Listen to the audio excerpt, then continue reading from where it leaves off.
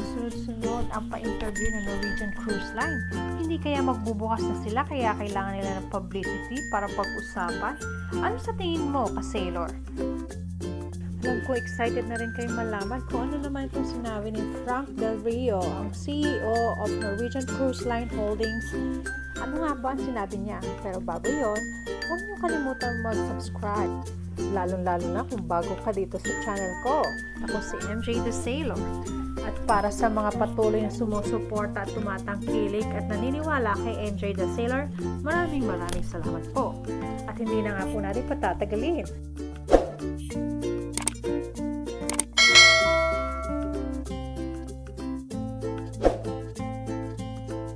August 5, 2020 lang po, noong Wednesday, most major cruise line extend their suspension to at least the end of October po, Pero ano nga ba itong patungkol sa interview kay Frank Del Rio? The head of the Norwegian Cruise Line parent company predicted that its ships wouldn't be back in force until the spring of 2021. In the last 2 months of 2020, we could see a return of sailing with a very limited number of vessels.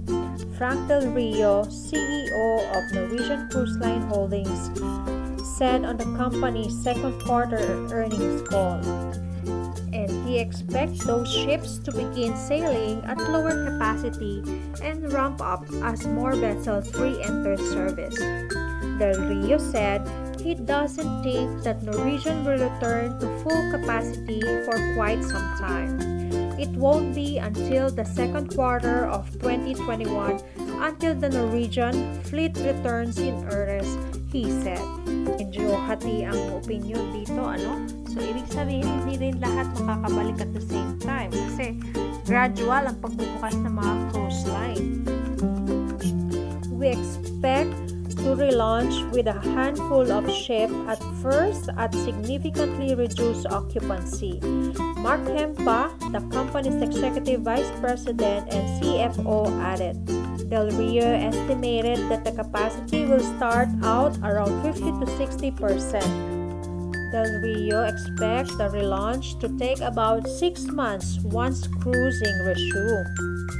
Oo, mukhang mahaba-haba pa yung 6 months na yun.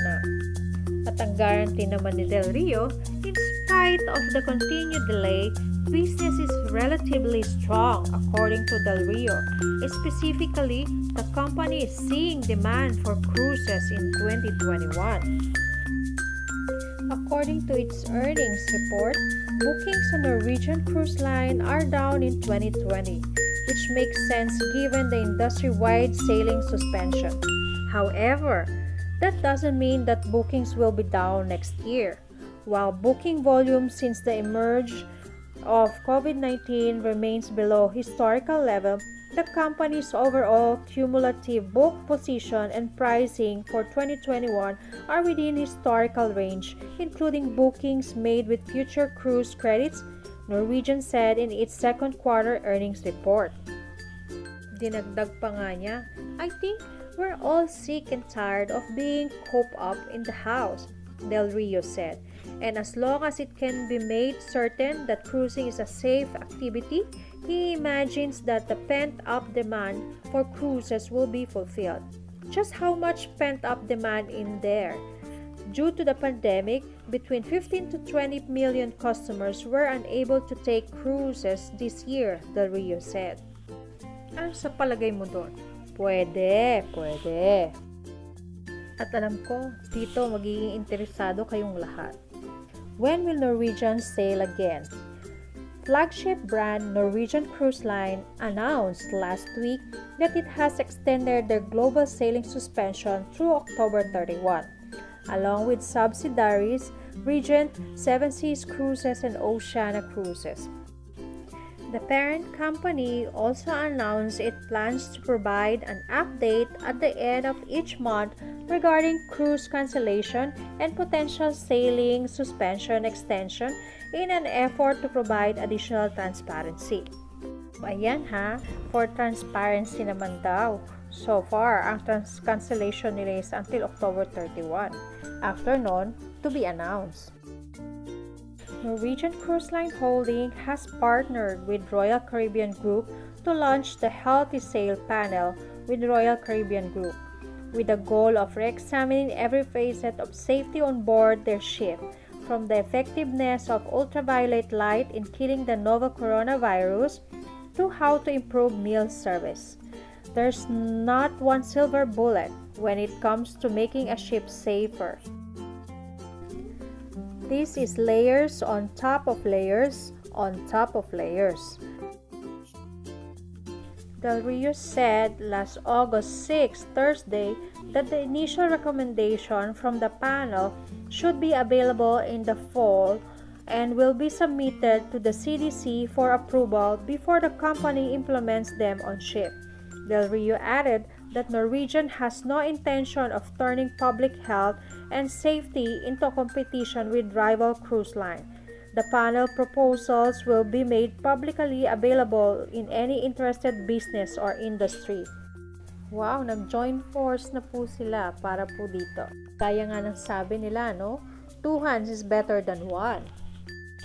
Cruisers should expect their experiences on board to be different, at least for the time being. We do expect cruising to be different in the future, he said, noting that they are being mindful of how changes might impact passenger satisfaction. Norwegian expects to finish repatriating its crew member within 45 days. According to the earnings report, the company has brought home over 21,000 crew members to more than 75 countries. Yes, shout out sa Norwegian Cruise Line at sa mga manning agency. Tama nga kanina nga babasa. Sabi dito, Norwegian Cruise Line Holding is not planning to make cuts to its 28-ship fleet, which includes ships operated by Oceania and Regent Seven Seas. The company has the youngest fleet of the major cruises operators and currently does not have plans to dispose of any of its ships. Andrea DeMarco, Senior Vice President of Investor Relations and Corporate Communication, told USA Today. Ayun naman pala matatagalan lang ang pagbabalik dahil babalik sila gradually, pero hindi sila magbebenta.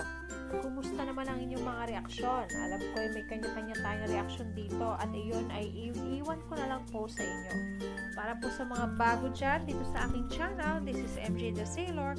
Huwag niyo na po kalimutang pindutin ang red button sa subscribe dyan para po kayo ay updated. Hanggang sa muli, MJ the Sailor. Bye-bye!